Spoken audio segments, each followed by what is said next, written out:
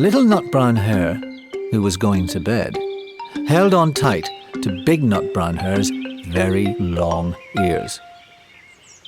He wanted to be sure that Big Nut Brown Hare was listening. "Guess how much I love you," he said. "Oh, I don't think I could guess that," said Big Nut Brown Hare.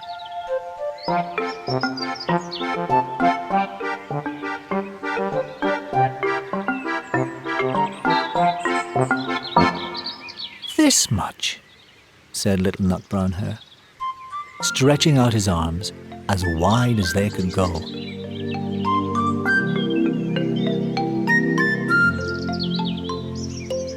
Big Nut Brown Hare had even longer arms.